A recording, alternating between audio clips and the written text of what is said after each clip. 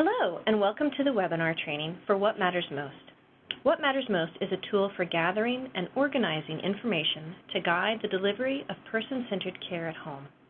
This webinar is presented by Scripps Gerontology Center in a contract with the Ohio Department of Aging. My name is Katie Abbott. I'm an assistant professor of gerontology and a Scripps Research Fellow. My research focuses on preference-based, person-centered care for older adults receiving long-term services and supports. And I am Kathy McGrew, a professor emerita in the Department of Sociology and Gerontology and a senior research scholar at Scripps. My research focus has been primarily in long-term services and supports, program evaluation, long-term care and retirement decision-making, and family caregiving. I was part of the research team that developed and evaluated the What Matters Most guide. In this webinar, we will first provide some background about the philosophy and practice of person-centered care, and then we'll dive right into the What Matters Most guide. We'll lay out the framework of the guide and walk you through the questions and their purpose. Then we'll talk about some strategies for gathering, sharing, and applying the information in the guide. And finally, we'll share some of the frequently asked questions that have been raised in our work with the guide, and we'll offer our responses to those questions. So, person-centered care, we understand throughout the industry that long-term services and supports are shifting towards a person-centered philosophy of care, and that person-directed care seeks to understand each individual's preferences, goals, and values, and to honor them throughout the care delivery process. So there are many reasons why we seek to provide person-centered care. We see benefits not only for the individual receiving care, but for the employee providing the care and the organization. So for example, when individuals are able to direct their care to meet their preferences, goals, and values, it fosters their engagement and improves their quality of life and well-being because they are living everyday life in a way that is meaningful to them. When we encourage individuals to have a voice in directing their care and services, we enhance their autonomy and create a care environment of trust and respect. Individuals providing the care are more comfortable caring for people they know, and they are able to form a strong partnership with individuals and their families. When individuals providing care know a person's preferences, they can anticipate the person's needs and adapt accordingly. This allows him or her to work more efficiently and to devote time where it matters most. And finally, organizations that are guided by person-centered philosophies gain referrals from people who have a good experience and recommend their organization to others. They also have better employee retention due to a strong relationship between employees and individuals receiving services. And so person-centered care views individuals using health and social services as equal partners. Person-centered care primarily puts individuals and their families at the center of the decisions. And individuals are experts working alongside professionals in planning, in developing and monitoring their care, to develop appropriate solutions, and to make sure it meets their needs. So this isn't just about giving people whatever they want or providing information. Person-centered care considers people's desires, values, family situations, social circumstances, and lifestyles. Although person-centered care has been a popular concept in long-term care for decades and is generally regarded as a best practice to improve the quality of long-term care, the first significant regulatory action taken to address person-centered care occurred with the passage of the Affordable Care Act. And it required states receiving federal funds to provide person-centered service planning in home and community-based services. It's pretty vague. The Centers for Medicare and Medicaid Services provided further guidance to state Medicaid directors and charged that provision of these services must be in accordance with an individualized plan of care, which is based upon an independent assessment and a person-centered process driven by what is important to the participant. Which sounds great. However, person-centered care is a major challenge to the U.S. healthcare system, where services have traditionally been provided based on what professionals think consumers need and what will keep consumers safe. And these mandates provided little direction as to what person-centered service planning should look like in actual practice. Person-centered care requires us to truly know the person. Ultimately, it's about the details, their personal preferences. Organizations seek ways to assess client preferences, goals, and values. And this brings us to how the What Matters Most Guide was developed. So think about this for a minute. What if you had information to guide a scheduler about time preferences that matter to the clients? What if you could build upon the ability of care managers and home care workers to be responsive to a client's values and lifestyle? What if we could guide workers filling in so they are not coming in blind? What if we could guide direct care workers on ways to spend time engaged in meaningful activities with the consumer? And so now we're going to give you some background about the What Matters Most project and guide. The What Matters Most project was funded by the Ohio Department of Aging with the goal of developing a tool for the Passport program, which is Ohio's over 60 Medicaid home and community-based service waiver program. ODA is committed to delivering person-centered versus agency-centered care, and the tool we developed was designed not only as a practice tool, but a tool with the potential to evaluate the performance of care managers and direct care workers and their agencies as measured against the stated preferences of consumers. In developing What Matters Most, we collaborated with 2 area agencies on aging in Ohio, Area Agency on Aging 7 in rural southeastern Ohio, and Western Reserve Area Agency on Aging in urban northeastern Ohio. The framework for the What Matters Most guide is presented here. The first thing you'll note is that the What Matters Most guide is in first-person language. It is a guide for my support and care. This is central to the spirit and intention of person-centered care. Now let's look at each part of the framework. As you will ultimately see, this conceptual framework informs the basic components of the actual guide. I'm going to assume the voice of a consumer of your services. We start with who I am, how I like to spend my day, and with whom. As you provide my services, I want you to understand what matters most to me about my daily life so that you'll know how to provide services that support rather than interfere with my daily life as I seek to live it.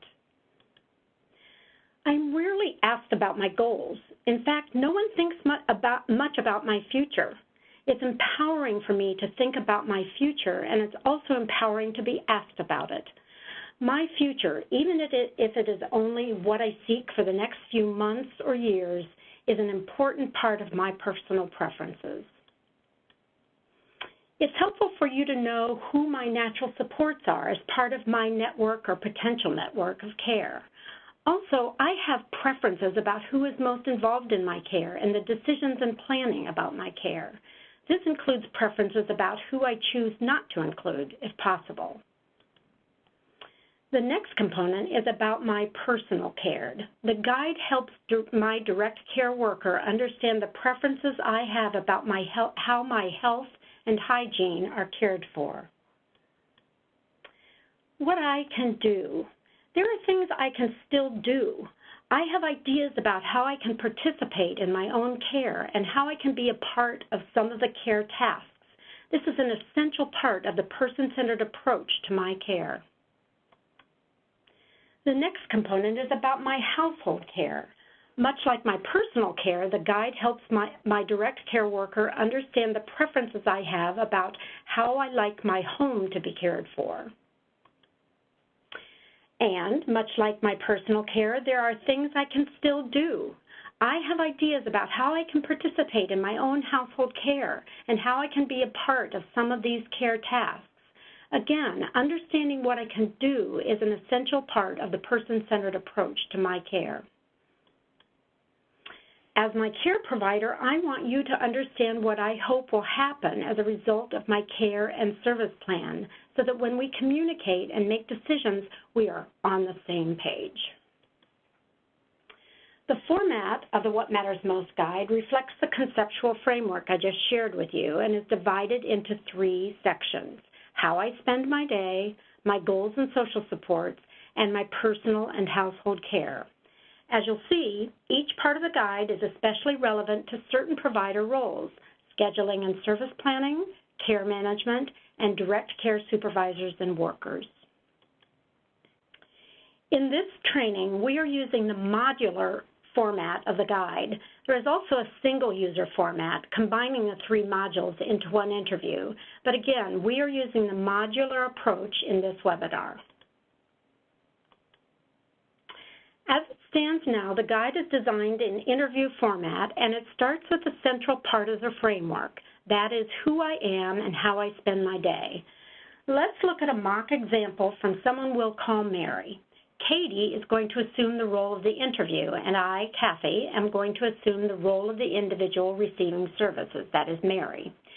Note that the written responses are recorded in first-person language. With this approach, anyone referring to the guide is reminded that the information comes from Mary and is communicated by Mary to the rest of us. All right, so Kathy, now we're going to talk about your everyday activities. What kinds of things you typically do and when? So tell me, when do you typically get up in the morning? Oh, about 6 or 7, like later, like 7 in the winter. Oh, okay. And when do you typically go to bed at night? About 10 o'clock after my shows. Oh, okay. And can you tell me about how you spend your day? So walk me through a typical example for you. Well, I wake up at about 6 or 7, like I said, and the first thing I do is go check on my cats.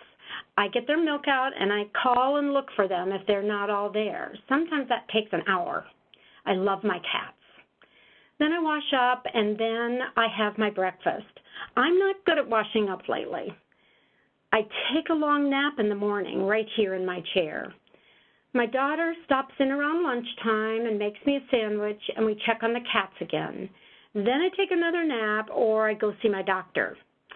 Meals on Wheels leaves my dinner, and I can heat that up before I watch my shows. I watch 3 Law and Order episodes every night. I go to bed about 10 o'clock, or sometimes I just sleep here in this chair.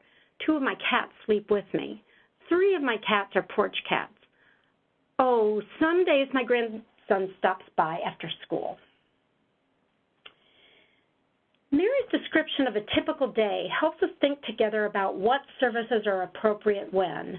This is especially helpful to a scheduler. If we can schedule the right services at the right time, we are taking the first step in delivering person-centered care. Note that we need to encourage Mary to provide enough details that we can work with.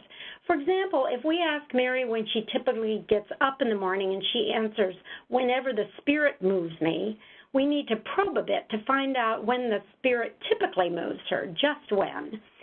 That is specific information we can use. Okay, so Kathy, what makes it a really good day for you? That is, what matters most to you every day? Knowing that my cats are fed and okay. Also seeing my daughter, and it's really pretty special when my grandson stops by after school. That's a really good day for me. When we ask Mary what makes it a really good day for her, we are getting straight to what matters most. Here, Mary responds immediately about her cats, and we are about to find out how central Mary's cats are to her everyday life. Her daughter and her grandchildren are pretty important, too. Now that we know about how you spend your day and what matters most in your daily life, let's talk about how your services can best fit into your day. Are there times of day when you'd prefer to have your helper come? Oh, yes. Okay. Are there times of day when you'd prefer that your helper not come? Oh, yes. Now that we know about how Mary spends her day and what matters most to her, we can get into some specifics about the timing of services. Here we ask Mary if there are times of day when she prefers that her help or direct care worker come, and if there are times that she prefers they not come. We'll use a star for preferred times and an X for times to avoid if possible. Here, Mary indicates that she would like to reserve her time for her cat care and her daughters' and grandchildren's visits. Having services come at those times would really interfere with what matters most in Mary's day. The idea is that we'll do the best we can to honor those preferences by respecting what matters to Mary. In the modular approach, the interviewer at the end of the module gathers Mary's final thoughts. In the single user approach, the final thoughts are gathered at the end of the single interview. So Mary, is there anything about you or your preferences that we've not talked about that you would like me and those providing care to know? I don't think so. I've covered everything. Okay, so in summary of all the things we've talked about, what matters most to you? Well, you probably wouldn't believe how much I love my cats. My time with them in the morning is the most important thing. If a worker comes too early, then I can't help my cats. In implementing the next module, the care manager, or the professional assuming typical care management services, introduces the guide and its purpose from her perspective. As we know, an important care management role is to facilitate the delivery of a successful service plan. Using a person-centered approach, the care manager works to assure that the delivery of services is consistent with the goals and preferences of the individual. Okay. So, Mary, now that we're going to be working together, we'd like to get to know you and to understand what matters most to you in your day-to-day life. This is a guide for your support and care. With this guide, we can do our best to provide the right services at the right times and in the right way according to your preferences. This guide will help me, as your care provider, with services that align with your likings. So please feel free to share as much as you like with me. In the future, I'll be checking with you to see how well we're doing at meeting your preferences. Let's start with some general information about you and your goals. What are some words you would use to describe yourself? Well, some people say I'm ornery. I'm God-fearing and honest. I love my family, including my cats. I'm a grandmother. And tell me about any special interests or activities or hobbies you have. I love cats and angels. I collect angels. Okay, that's good to know. Are there things you used to enjoy that you think you can no longer do but might be able to do with help? Well, I would go to Bible study, and I would go out to eat at Popeyes. And I would go to the senior center to play cards. Okay. With these questions, we have an opportunity to get to know Mary on her terms. She'll tell us what she wants us to know about her, but as importantly, we are letting Mary know that we see her as a person first, that we are interested in what makes her tick and what's on her mind. Mary will build a short story of her daily life that allows us to shape the way we provide her care. We are connecting with Mary at the same time we are getting cues about how to provide person-centered care. All right. And so, Mary, what are your biggest concerns and worries right now? Oh, I'm so worried that if I fall again, no one will be here to take care of my cats. I'm worried also that my grandson will get into trouble. Okay. And so now we're going to talk a bit about your goals for the future. In a sentence or two, what are your dreams and goals for the future? I want to be a good grandmother and a good caretaker for my cats. I want never to fall again. Okay. And what do you hope will happen as a result of being in our program? I hope I can stay here in my home. I really hope I can stay here in my home where I want to be till I die. In the first straightforward question, number 6, we invite Mary to give us a straightforward answer about her biggest concerns and worries. We call this a presumptive question. We presume you have concerns and worries, and by presuming, we give you permission to express them. Don't worry, you're not going to cause Mary to have concerns or worries if she doesn't. We have found that people will let us know if the presumption is off base. Note that Mary's first concern is something that speaks directly to the way we provide care about her cats. She's talking about her cat. And her second concern about her grandson is something we can do little about.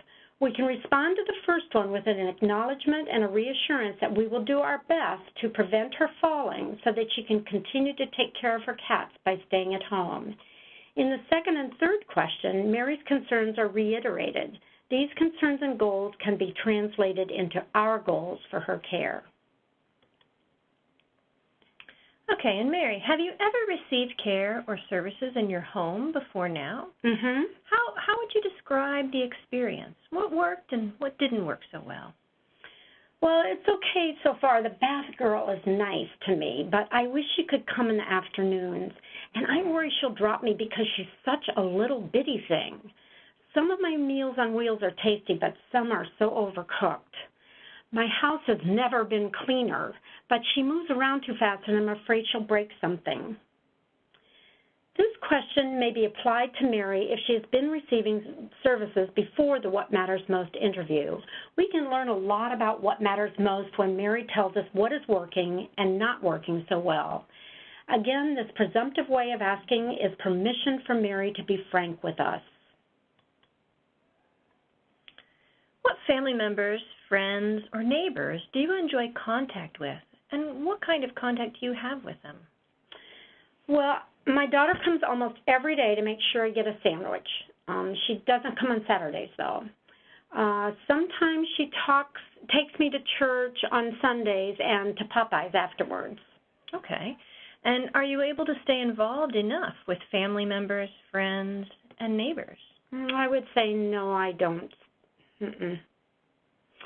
Mary's care manager is especially interested in understanding who Mary's social supports are. In fact, the care manager may have as much contact with Mary's daughter as she does with Mary. It's helpful to know the frequency and nature of Mary's interaction with her support system. The care manager also wants to know about Mary's risk of isolation. The direct care worker also uses this information. In Mary's case, the worker may have frequent contact with Mary's daughter. Their visits may overlap, and they may need to do some coordinating of care. Without the guide, this kind of information may emerge naturally, but the guide is a place for Mary to identify it and have it recorded so that all who work with her can be clear about Mary's social supports. Is there anything you need that could help you stay better involved with your family, friends, or neighbors? Well, I want to see my grandson more. I can't hear him on the phone because he mumbles so much. So he has to come to my house so I can yell at him not to mumble. And so another question, are there family members, friends, or neighbors with whom you prefer not to have contact? Well, my oldest son has a drug problem, and I really don't want him around till he gets himself cleaned up and sober. Sure, that's understandable. Have you been involved with any community groups, religious organizations, or clubs? The senior center and my church, St. Anthony's. On the surface, these responses from Mary may not seem relevant to our work with her, but it behooves us to explore where we fit in. We can't do much to help Mary see her grandson more, except to be sure that services aren't happening right during his potential visits. We might be able to provide Mary with a special phone so that her mumbling grandson can be heard and stay connected. We can be watchful of Mary's interactions with her oldest son who has a drug problem. Mary's care manager can be careful not to include him in her contacts with family. And Mary's care manager can encourage Mary to maintain her ties with her church, which is a potential source of social, spiritual, and maybe instrumental support for Mary. So Mary, is there anything you need that could help you stay better involved with the community groups, religious organizations, or clubs? Well, I can't always get to church if my daughter can't take me. I need a ride.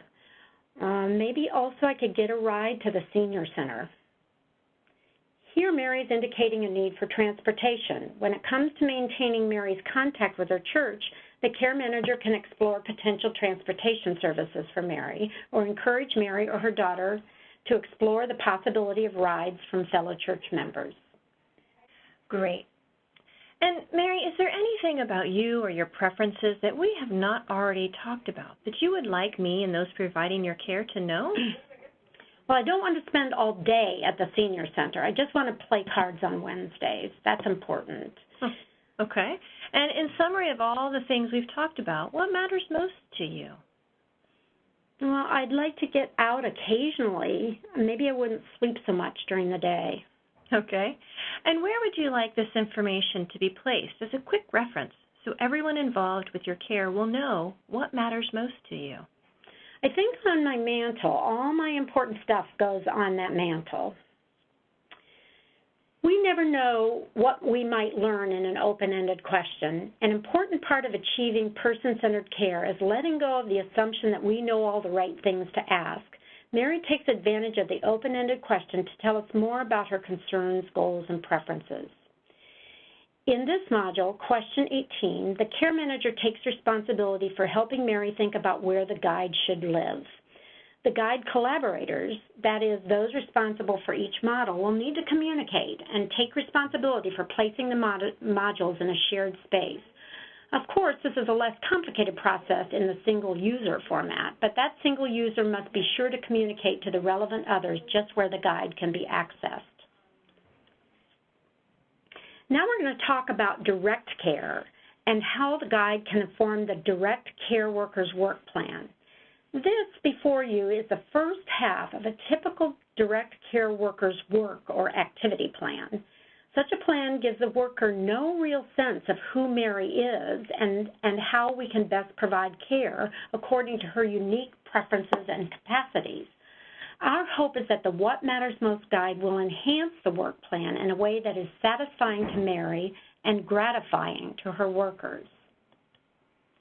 Looking at the second half of the work plan, again, Mary, in all her unique passions, worries, and preferences, is missing from such a plan, and the worker has little guidance about how to perform these tasks in a way that matters most to Mary. Please note also that there is no place to indicate what Mary can do and which tasks she might prefer to participate in and in what way. The final module is most important for the direct care worker and his or her supervisor. Let's hear some details of Mary's personal care and note how the guide can assist the worker to deliver care that is most effective for Mary.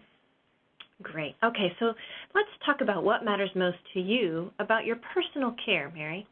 Is there anything your helper needs to know about getting you up and dressed in the morning? Well, I can get up myself, but I want to get dressed after I've been with my cats. I want to wash up before I get dressed.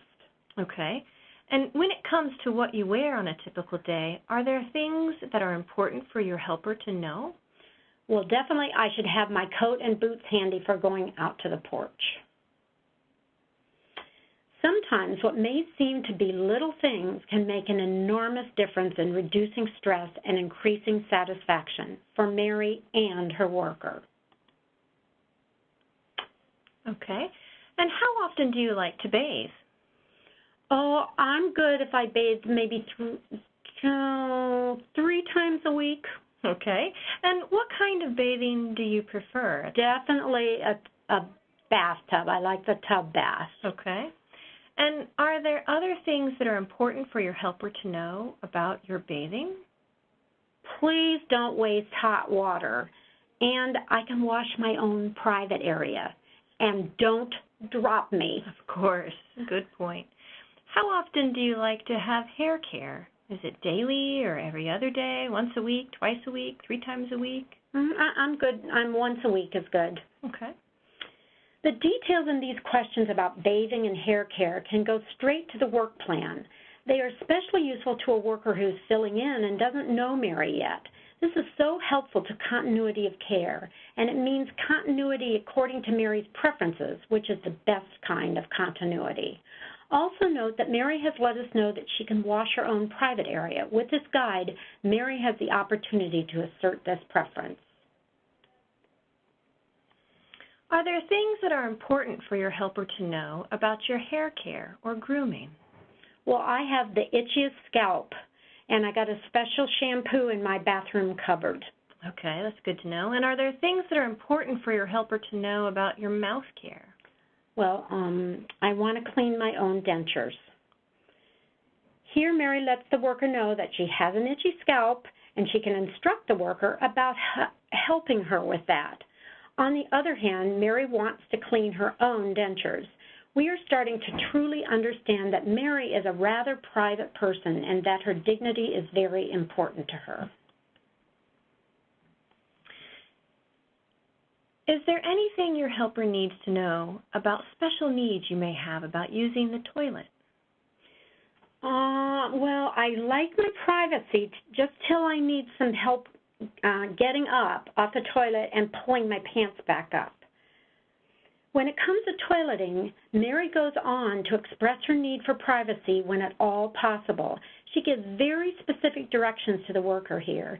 In interviewing Mary about these preferences, it's important to reinforce her right to express them, the value of knowing them for the people who care for her, and the effort that the workers and agencies will make to do their best to honor these preferences to the best of their abilities. Regarding questions 10 and 11, you may recall that the schedule in the first module only goes to 5 p.m., and we acknowledge that some agencies provide direct care in the evening. In the example for question 10, we have indicated that the question is not applicable simply because Mary's services aren't provided in the evening. This is a good point to stop and think about how the guide might also be helpful to family caregivers, not just service professionals. The guide can be a great opportunity to communicate preferences to informal caregivers who often provide the bulk of the care. Question 11 is not applicable to Mary right now because she needs no help with eating or drinking, but this is a good point to remind ourselves that needs and circumstances change.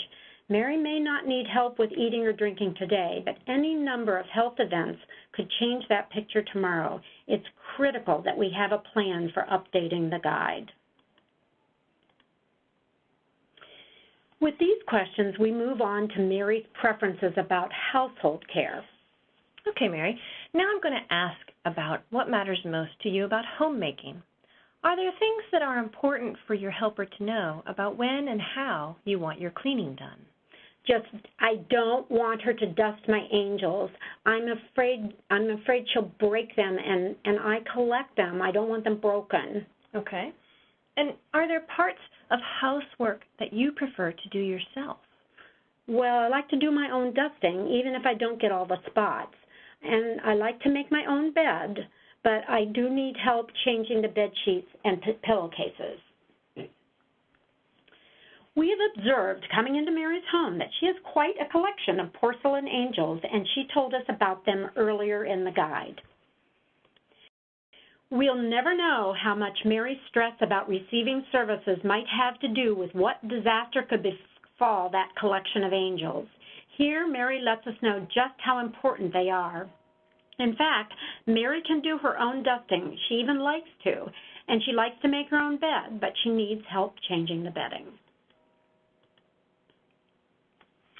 Are there any specific instructions for caring for your laundry? Well, I'll wash my own underwear. Okay. And are there parts of laundering that you prefer to do yourself? Well, I prefer to wash my own underwear, like I said, and I can fold clothes and towels when the helper takes them out of the dryer. Okay. And when it comes to your grocery shopping, do you have any special instructions? Well, my daughter gets my groceries, so it's okay. I don't need any instructions. Mary can wash her own underwear, too. She prefers it. Again, Mary is a private person. This matters to her. It also matters to Mary that she can fold her clothes when they come out of the dryer. In this way, she and the worker are partners in the household care. When it comes to your meals, do you have preferences or concerns about how your meals are prepared? If my daughter can't come, the helper could just help me make a sandwich for lunch. Okay. And are there parts of preparing meals that you prefer to do yourself? I can set my tray table. I'm good at that. Okay. Mary continues with these responses to express what she is able to do and when the worker can step in to help. With regard to having helpers in your home, what are the most important concerns you have about your safety? Well, I want to trust them. My friend had a worker who took some of her medications. I don't want anybody stealing. I need my medications. Sure. And so thinking about the person who helps you with personal care and homemaking, are there skills or knowledge that are especially important for them to have? They should know how to help with my bath so that I don't fall. Falling is what got me into this mess. We know from experience with care consumers like Mary that many have concerns about their safety and security. It's not easy to have new and unfamiliar people in the home. With these questions, we don't beat around the bush. We go straight to the possibility of Mary's concerns and allow her to articulate them. In the second question, Mary gets a chance to identify the skills or knowledge that are most important to her in a worker who is helping her bathe. If I am Mary's worker helping with her bath, not only am I going to give Mary a safe bath, but I'm going to reassure her and talk her through the safety precautions I am taking to prevent a fall.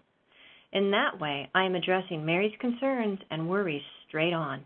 I am reducing her stress, and as a bonus, I am enjoying this task with Mary, who is comforted and satisfied. Is there anything about you or your preferences that we have not talked about that you would like me and those providing your care to know? I just want to be in charge of my own day, and I don't want people coming too often or for too long. Okay. And in summary of all the things we've talked about, what matters most to you? I guess I've said I'm very worried that I'll fall again and that I will have to leave my house and my cats. Okay, finally, the guide provides a place for Mary to tell us about something we might not have thought to ask. The first question here. Mary took advantage of this by letting us know that she's not looking for full-time care at home. In the second question, we asked Mary to name, among all the things she has told us, what matters most to her. Not surprisingly, Mary reminds us one last time how concerned she is that another fall will separate her from her beloved cats. And then we end the interview by expressing our thanks. So thank you very much for taking this time with me. I've learned a lot about you and what matters most to you in your daily life. This will help us serve you better. I hope you'll let your helper know when your preferences change so that we can make those changes in your guide and in your services when possible. The quote before you is from an individual, not pictured here, who completed the guide in our work with Area Agency on Aging 7. We asked her what she believed to be the purpose of the guide.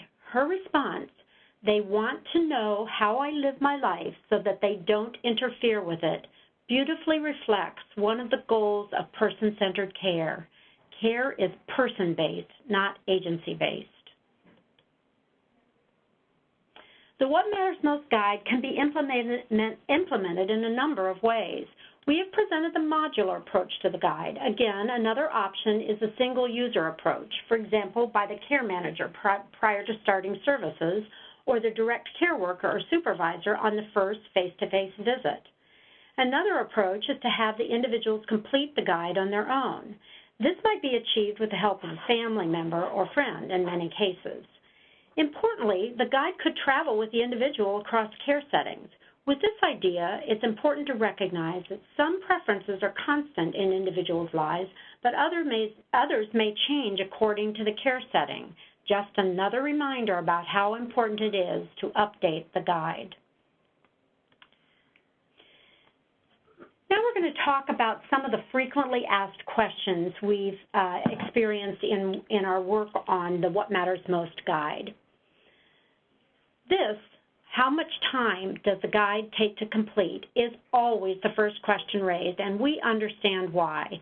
Your caseloads are large, and so your workloads are already heavy, and assessments can be long and tiring for your clients, too. This is one reason that we suggest a modular approach. Breaking it down into pieces is one way to address the time concerns. That said, we encourage you to think about how this tool might save your time in the long run. When your client is receiving services that respect and facilitate preferences, and when the direct care workers and other providers experience job satisfaction and rewards that come with person-centered care, you are likely to spend much less time troubleshooting no-shows, service complaints, and requests for transfer to another agency. That's great. And if you think of and use the guide as a relationship-building tool instead of just another task, it can open up opportunities for thinking creatively about how to schedule services, provide ideas for meaningful activities for when there's downtime, and help convey that your organization cares about the things the individual cares about. Next question, doesn't this raise unrealistic expectations? Are we opening a can of worms when we invite clients to state their preferences if we can't deliver on some of them? Person-centered care is a person-centered versus agency-centered approach to services, but that does not mean that the agency does not have limits. It simply means that we start with the person and do what we can to build services around the person. We can communicate that we will do our best within our capacity to provide services when and in the ways that matter to the client. If we can't provide all that matters, we can do our best to provide what matters most. That's great. And I would add, what's the alternative? That we don't learn anything about what matters most to the client or consumer? We have found in our research that the majority of people receiving long-term services and supports are reasonable in their requests. Next question, what about people with cognitive or communication impairments? How can they complete the guide? I'd say too quickly we take over the entire assessment of the client's needs when they have limited abilities to participate in the assessment. We don't take the time or find creative ways to include them. We often use a proxy who knows the client well, such as a family member, to speak for the client. But whenever and in whatever ways we can, we should hear about preferences from the clients themselves and use proxies just to fill in the holes. I agree. And our research shows that people can report on what matters to them well into the moderate stages of cognitive impairment. We recommend that you always start with the person receiving services, and if he or she is unable to respond on a few different days, then try to talk with a family member or friend who knows the individual's preferences well and can speak on the person's behalf. Sometimes family and close friends are discouraged by their loved one's condition and believe he or she can no longer pursue past interests. Help the family or friend understand how their input leads to the preference-based, person-centered goals of care. If no proxy is available, employee trial and error experiences along with observations can provide insight into the individual's preference. Next question, what about competing preferences? That is, when what the individual prefers conflicts with what the family caregiver prefers. Person-centered care was developed from a fundamental recognition that individuals who need care are at risk of significant loss of autonomy and control over their daily lives. Person-centered care is an effort to give some of that control back.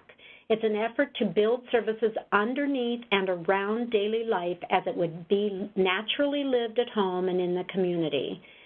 Yet few individuals receive services in complete isolation, and family caregivers in particular are often as affected by the timing and manner of service delivery as the care receiver. So whose preferences matter most? The easy and obvious answer is that you have one client and that that client is your focus. The better answer is that when you are working with a family, it's important to pay attention to how other preferences in a household get negotiated so that everyone benefits. That's right. And we find through our research that we have to stress that you are seeking what the proxy thinks the client would prefer, not what the proxy prefers. The proxy voice is not a replacement for the consumer's voice. It is a complement in the care planning process. Family and friends can be a great resource to discover interests that can be used to create unique and individually tailored services. Another question. Some of the people I serve might think some of this is intrusive or that it takes too much time. How much of it should be required? Understanding and respecting personal preferences should begin with the choice, or not, to complete specific questions or sections of the guide, or even to complete the guide at all. We would recommend that if the client declines to use the guide, an offer should be made to leave a blank copy of the guide with the client and family. Who knows? Reading through the guide might spark some thinking about what matters most to the client and what this means in terms of when, how, and by whom care and support is provided. Yes. And perhaps the person has never been asked about his or her preferences or goals before and needs some time to think about what those preferences and goals are. The purpose is that you are communicating a desire to provide services that allow the person to meet his or her goals, and in order to do that, you need to understand what those goals are. The client should feel free to share as much or as little as they wish. And perhaps over time, as trust and rapport are built, they will share more. I would also stress again that your organization approach using the guide as a relationship building tool instead of a required task. Another question, where should the guide be kept and how do we communicate about it with each other? We think a paper copy of the guide should be kept somewhere in the client's home for access by providers and family members, but this is also a matter of client preference. Decisions about sharing content in the guide must be agency specific. They are dependent upon usual systems of communication, for example, between assessors, care managers, and direct service providers within and across agencies. Yes, and some organizations have a folder in the client's house where the guide lives, but that can easily be misplaced. Others have suggested that the guide be kept on the refrigerator or a dresser. It's important to express to the client that they should feel free to share their guide with any employee from your organization. You can also encourage employees to ask for the guide if they are filling in or new to the client. Include a blank copy of the guide in an employee orientation packet and explain its use so that they are familiar with how it can be useful.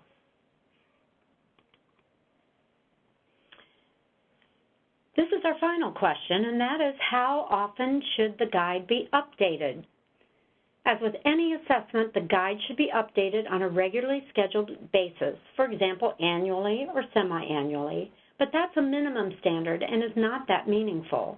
Circumstances change, as we said, and although some preferences are deeply rooted, many preferences can change with circumstances, experience, and exposure to opportunities.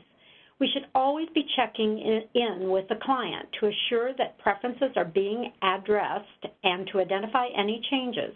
But more than that, we should be looking for ways to encourage the client to let us know when preferences change by using the guide.